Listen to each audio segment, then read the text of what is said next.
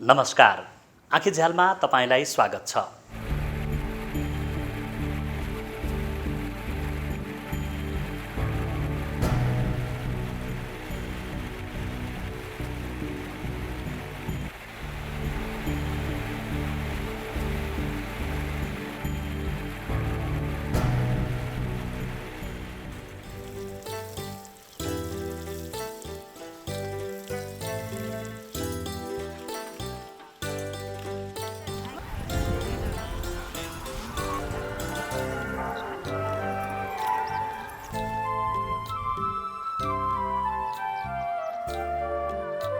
करार खेती में लगला से सर करार खेतिए नहीं भेले, हमरा के सुधार खेती भ गेले।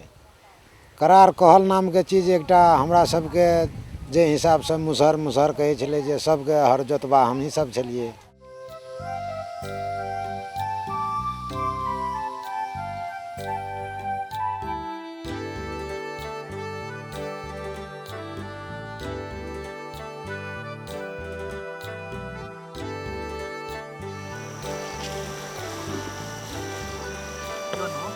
कृषि पशुपक्षी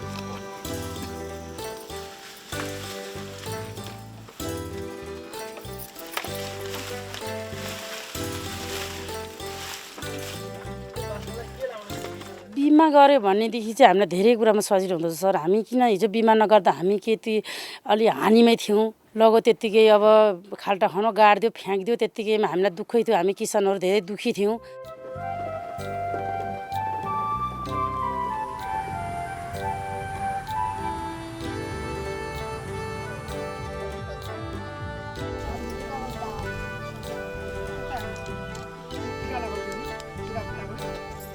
कृषि मौसम सम्बन्धी सल्लाह सेवा बुलेटिन आइकन कुन समयमा के बाली लगाउने, कुनै पनि बाली हामीले भित्राउने बेला भयो।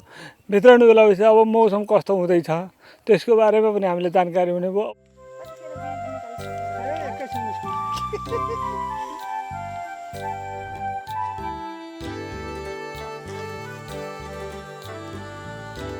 कृषकहरूका विभिन्न बिउ सम्बन्धीका समस्याहरू छन्, जस्तै समयमा बिउ प्राप्त नगर्नु, अब गुणस्तरीय बिउहरू प्राप्त नहुनु।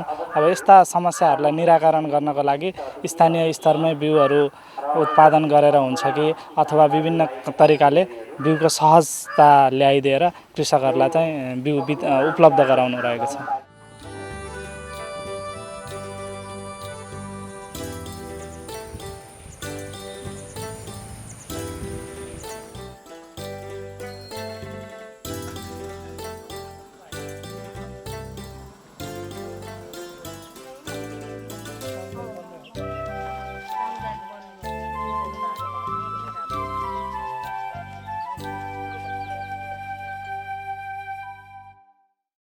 आज हामी सरकारले हप्तामा 2 दिन सार्वजनिक बिदा दिने गरेको निर्णयको बारेमा कुराकानी गर्नेछौँ।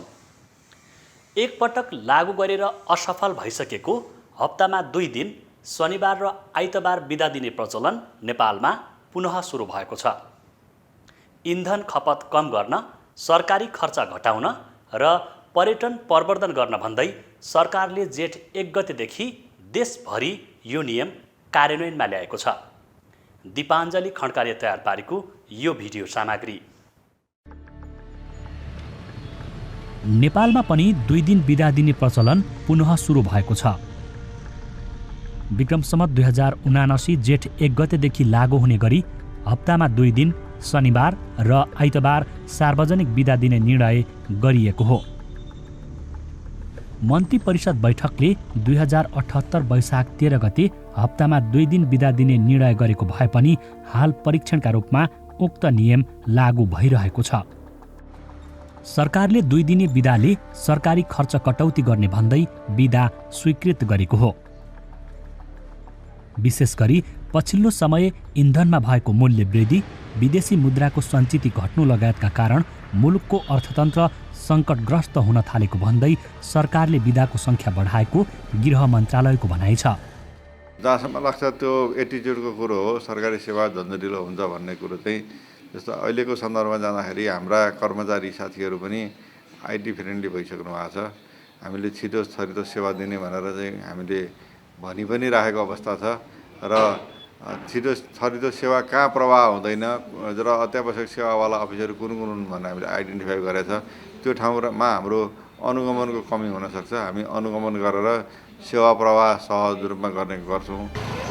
विश्वव्यापी महामारीका रूपमा फैलिएको कोरोना भाइरसका कारण सुस्ताएको नेपालको पर्यटन क्षेत्रलाई उकास्ने उद्देश्यले संस्कृति, पर्यटन तथा नागरिक उड्डयन मन्त्रालयले नै 2 दिने बिदाको प्रस्ताव गरेको थियो।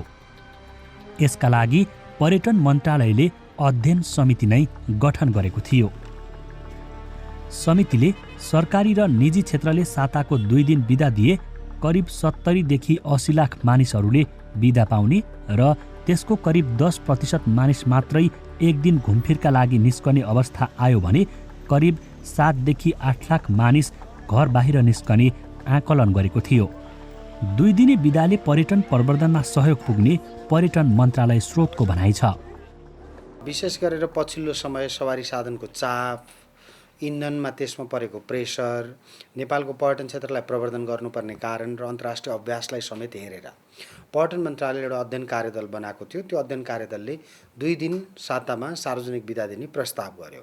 त्यो प्रस्ताव मन्त्री परिषदमा गयो, त्यसमा पटक पटक छलफल भयो, सरकारवालाहरूको त्यसमा फिडब्याक लियो र त्यसको आधारमा अहिले जुन 2079 जेठको महिनाबाट लागू हुने गरी हप्तामा 2 दिन शनिबार र आइतबार बिदा दिने नेपाल सरकार मन्त्री परिषदले निर्णय गरेको छ। शनिबार र आइतबार सार्वजनिक बिदा दिँदा सरकारी गाडीमा हुने खर्च जोगिनुका साथै कार्यालयको विद्युत महसुल, पानी जस्ता खर्च कम हुने सरकारी अधिकारी बताउँछन्। अहिलेको सन्दर्भमा हेर्दाखेरि हामीले कसरी स्रोत साधनलाई मितव्ययी किसिमले खर्च मितव्ययी गर्ने, संसाधनको उपभोगमा मितव्ययिता कसरी अपनाउने भन्ने सन्दर्भमा 2 दिन बिदा आएको हो।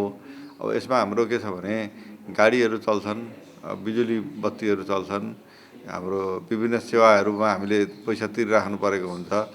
त्यो कमी होस् भन्ने सोचले नै आएको होला जस्तो मैले बुझिरहेको छु। तर 2 दिने बिदाले दिने फाइदा बेफाइदाबारे सरकारले राम्रोसँग अध्ययन अनुसन्धान गरेको छैन। आइतबार समेत बिदा दिँदा यसले उत्पादन तथा अर्थतन्त्रमा कस्तो असर पार्छ भन्नेबारे ध्यान नदिएको अर्थविदहरूको बुझाइ छ। खर्च जोगाउने नाममा उल्टै सरकारले घाटा बेहोर्नुपर्ने अवस्था आउन सक्ने आकलन विश्लेषकहरूको छ। 6 दिन काम गरिराखेको हप्तामा 5 दिन मात्रै काम गर्ने भनेपछि त हामीले गर्नुपर्ने कामहरू पनि त रोकिने भयो नि त, होइन? दिनुपर्ने सेवा पनि रोकिने भयो। त्यसबाट हामीलाई आर्थिक चाहिँ नोक्सानी कति पर्छ भन्नेतिर सरकार गएन।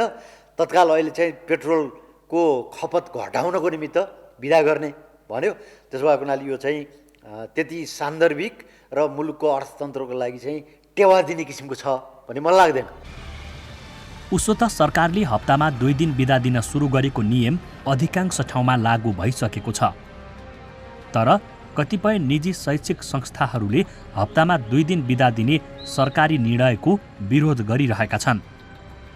हप्तामा 2 दिन बिदा दिँदा विद्यार्थीहरूको पढाइमा असर पर्ने र समयमै पाठ्यक्रम अध्यापन गराउन नसकिने भन्दै निजी तथा बोर्डिङ शैक्षिक संस्थाहरूको छाता सङ्गठन प्याप्सनले असन्तुष्टि जनाएको छ। सरकारले निजी शैक्षिक क्षेत्रसँग कुनै छलफल र परामर्श नगरी अचानक अव्यावहारिक निर्णय गरेको उनीहरूको गुनासो छ। सरकारले जुन आइतबार बन्द गरेको छ, तर करिकुलम डिजाइन चाहिँ कसरी भएको छ भन्दा त्यो बन्द नगर्ने, यो त अहिले देशमा चाहिँ त्यो क्राइसिस भएको कारणले गर्दा चाहिँ तपाईँको बन्द गर्नुपर्ने कन्डिसन आयो। तर करिकुलम चाहिँ तपाईँको त्यो बन्द नगर्ने गरी बनेको करिकुलम हो।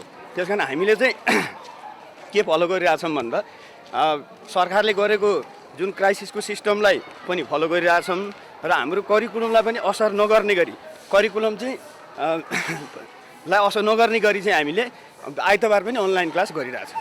हाम्रो विद्यालयहरू 180 दिन खुल्नै पर्छ। खुल्ने भन्दा पनि पठन पाठन हुनुपर्छ र हामीले 1024 घन्टा पढाउनुपर्छ। त्यो पाठ्यक्रमले तोकेको विषय हो। त्यो पुरा गर्नको निम्ति अहिलेको विधाले चाहिँ नि सहयोग गर्दैन। त्यस कारणले हामीले यो वर्ष एक त कोभिड पछि विद्यार्थीहरू भर्खर विद्यालयमा आएका छन्। दोस्रो कुरा चाहिँ नि अब लामो समयदेखि विद्यार्थीहरूले भौतिक रूपमा कक्षामा कार्य गर्न नपाएको कारणले पनि यो वर्ष उपयुक्त होइन। आउने दिनमा यसको बारेमा डिस्कसन गरेर जान सकिन्छ। काठमाडौँ उपत्यकाको बढ्दो सवारी जामका कारण यहाँको ट्राफिक व्यवस्थापन समेत अस्तव्यस्त हुँदै आएको छ। नेपालकै केन्द्रीय राजधानी जस्ता ठाउँमा ट्राफिक लाइटको व्यवस्था नहुँदा झनै समस्या विकराल हुँदै गएको छ। हप्तामा 2 दिने बिदाले सवारी जाममा समेत कमी आउने सरकारको विश्वास छ। अर्कोतर्फ यसले इन्धनको कम प्रयोग हुनुका साथै केही सवारी साधन कम चलेको खण्डमा वायु प्रदूषण न्यूनीकरणमा पनि टेवा पुग्ने वातावरणविदको दाबी छ। फ्युल कन्जम्सन चाहिँ कसरी चाहिँ घट्छ भन्ने कुरोमा चाहिँ त्यसको कारणले यो चाहिँ ल्याउन खोजेको हो। यसले दुईटा कुरोमा चाहिँ ध्यान दिनुपर्छ। करिब 4-5 महिना 6 महिना हेरौँ यसलाई। त्यसले चाहिँ फ्युल कन्जम्सन जुन छ नि नेपालको ओभरअल फ्युल कन्जम्सन र फ्युलको इम्पोर्टमा कति घटाउँछ त्यो एउटा हेर्नुपर्छ। त्यो एउटा कुरो र दोस्रो यसले जनताहरूलाई चाहिँ सेवामा कतिको चाहिँ सकारात्मक नकारात्मक प्रभाव पार्छ त्यो चिज चाहिँ हामीले यो दुईटा कुरा चाहिँ हेरेर यसलाई चाहिँ हामी आगामी दिनमा चाहिँ एसेसमेन्ट गरेर हेर्नुपर्छ। अहिले नै भन्न त धेरै नै इमेच्योर होला। अन्तर्राष्ट्रिय श्रम सङ्गठन आइएलओका अनुसार संसारभर धेरैजसो मुलुकमा कर्मचारीले साताको 40 घण्टा काम गर्छन्। सातामा 5 दिन काममा लगाउने र 2 दिन बिदा दिने अन्तर्राष्ट्रिय अभ्यास रहेको छ। सोही अभ्यास अनुसार विक्रमसम्म 2056 सालमा नै तत्कालीन प्रधानमन्त्री कृष्णप्रसाद भट्टराईको पालामा हप्तामा 2 दिन बिदा दिने निर्णय कार्यान्वयन गरिएको थियो। मलाई के लागिरहेछ भन्नुहुन्छ भनेदेखि सिद्धान्तले के भन्छ भने यो श्रम आपूर्ति गर्ने क्रममा यदाकदा ज्याला बढाइदियो भने मात्रै पनि धेरै काम गर्छन् भन्ने होइन। पाउनुपर्ने आम्दानी बढ्यो भने त्यति बेला पनि मान्छेले फुर्सद खोज्छ भन्ने भयो। यो निर्णय गर्ने कसले? माथिल्लो तहका कर्मचारीहरूले हो। उहाँहरूको आम्दानी पर्याप्त भइदियो, त्यसो भएको हुनाले अब यो बिदा खोज्नको निम्ति के गर्ने त भनेपछि निर्णय गरिदियो भने हुन्छ भनेर यस्तो ल्याइएको हो कि भन्ने मलाई चाहिँ लागिरहेछ। परीक्षणको रूपमा गरेका छौँ भनेर भनेकै पनि छौँ। त्यस कारणले गर्दाखेरि हेर्दै जाउँ, यसबाट राम्रै नतिजा आयो भने हामीले यसलाई कन्टिन्युटी गर्नु पनि पर्छ। होइन यसमा केही करेक्सन गर्नुपर्ने अवस्था आयो भने करेक्सन पनि हुन्छ र भोलिको दिनमा यसलाई खारेज गरौँ न त भन्ने कुरो आयो भने त्यो पनि होला। अब हेरौँ, यो चाहिँ अहिले हाम्रो परीक्षणको रूपमा गएको छ। काठमाडौँ उपत्यकाबाट सुरु गरिएको 2 दिने बिदा 1 वर्ष पनि टिकाउ भएन। 21 वर्ष अगाडि असफल भएको यही अभ्यास अहिले फेरि अगाडि बढाउन खोजिएको छ। परीक्षणका लागि हप्तामा 2 दिन बिदा दिने निर्णय गरेको सरकारले कार्यालय समय भने बढाएको छ। हाल कार्यालय समय बिहान 9:30 बजेदेखि 5:30 बजेसम्म तय गरिएको छ। नेपालको प्रशासनिक अवस्थालाई आकलन गर्दा हप्तामा 2 दिन बिदाले इन्धन बचत हुनेमा आशंका गरिएको छ। नेपालमा चाडपर्व लगायतका बिदा समेत धेरै रहेको अवस्थामा 2 दिन बिदा दिँदा काम गर्ने समय प्रभावित हुने कतिपयको बुझाइ छ। नेपालको सरकारी सेवा सुविधा निकै सुस्त छ। सामान्य सरकारी सेवा सुविधा लिनकै लागि सर्वसाधारणले निकै दुःख पाउने गरेको उदाहरण प्रशस्तै छन्। कर्मचारी सेवाग्राहीप्रति वफादार नहुनु नै यसको मुख्य कारण हो। हाल आइतबार समेत बिदा दिँदा यसले सरकारी सेवा लिन झनै असहज हुने कतिपय सर्वसाधारणको गुनासो छ। नेपाल सरकारले पनि अब शनिबार यसै बिदा छँदैछ, हप्तामा 1 दिन बिदा दिएकोले पुगिहाल्छ। आइतबार बिदा त्यो चाहिँ सर्वसाधारणलाई चाहिँ झन्झटिलो काम गरे हो वास्तवमा भन्ने हो भने होइन। अब भोलि हामी करे तिर्न जाँदा नि घन्टौँ लाइन बस्नुपर्छ। आइतबार भए पनि सहज हुन्छ। अब हरेक कुरालाई चाहिँ यो घाटाकै कुरा हो, नाफाको कुरा त होइन। अब यो सरकारले चाहिँ सर्वसाधारणलाई शास्ति दिए हो भन्छु मैले चाहिँ। जुन संरचना पहिला बने त्यो संरचनालाई संरक्षण त गर्न सकेको छैन देशले भनेपछि अब चाहिँ नयाँ युग नयाँ जेनेरेसनले अब जुन अहिले आइरहेछन् नि राजनीतिमा त्यो अनुसारको अब हेरौँ कतिको सक्सेस हुन्छ होइन। अब नयाँ चेन्ज ल्याउन सक्यो भने त्यसको लागि धेरै राम्रो। तर यो 2 दिन बिदा दिएर चाहिँ सरकारलाई राम्रो मलाई लाग्दैन। यो बिदा दिने काम चाहिँ सरकारको एकदम गलत काम हो, एकदम गलत काम हो। यसलाई चाहिँ सच्याउनै पर्छ। त्यो चाहिँ हाम्रो व्यवसायको लागि पनि घातक छ, तपाईँको स्कुलको लागि पनि घातक छ, बच्चाहरूको भविष्यको लागि पनि घातक छ। एकदम नराम्रो बानी हो यो। हाम्रो नालायक सरकारले राम्रो काम गरेकै होइन। यो सरकारले आफ्नो पेट भर्ने मात्रै हो। सरकारले इन्धन र राज्यको ढुकुटी जोगाउनकै लागि भनेर सार्वजनिक बिदाको दिन सरकारी गाडी चलाउन समेत नपाउने नियम बनाएको छ। तर विभिन्न बाहनामा सरकारी कर्मचारीहरूबाट नै आफूले पाएका गाडी सुविधालाई व्यक्तिगत प्रयोजनमा समेत प्रयोग हुने गरेका छन्। सरकारी कर्मचारीले अन्य क्षेत्रका कर्मचारी भन्दा बढी नै बिदा लिएका कारण सेवा प्रवाह प्रभावकारी नभएको गुनासो उठिरहेका बेला थपिएको बिदाले सार्वजनिक सेवा प्रवाहमा समस्या पर्ने देखिएको छ। सरकारले शनिबार र आइतबार बिदा दिने निर्णय गरेसँगै पहिले राजपत्रमा सूचना प्रकाशन गरिदिँदै आएको चाडपर्व बिदा समेत जोड्दा सरकारी कार्यालय वर्षभरिमा 128 दिन बन्द हुनेछन्। यस हिसाबले सेवाग्राहीले पाउनुपर्ने सेवामा अवरोध भने अवश्य नै खेप्नुपर्नेछ।